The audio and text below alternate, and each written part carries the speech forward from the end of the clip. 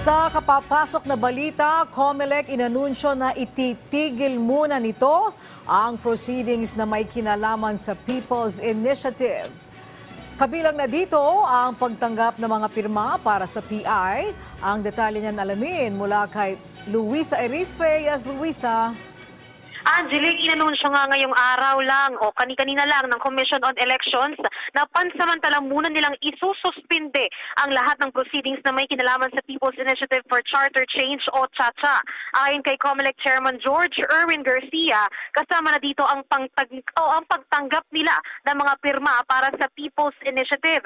Sabi ni Garcia, nakita kasi nila na sa ngayon may mga kakulangan sa Resolution number 10650 na sinasandala nilang guidelines para sa pagtanggap ng mga papeles.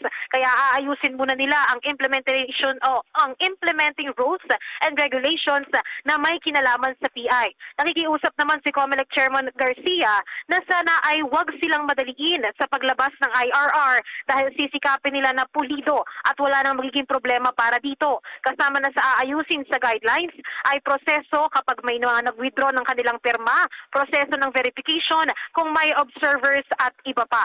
Giniit naman ng COMELEC na tamang panahon pa rin na ayusin ang guidelines dahil wala pa namang petisyon na natatanggap ang kanilang ang COMELEC hinggil sa People's Initiative. Angelique, bigyan linaw lang natin ito ay desisyon mismo ng COMELEC and Bank. Ibig sabihin, hindi lamang si Chairman George Erwin Garcia ang bumuo ng desisyon nito at patuloy pa nilang pag-uusapan ang pagbuo pa nga ng IRR. Angelique, yan muna ang latest mula sa COMELEC. Balik muna sa iyo.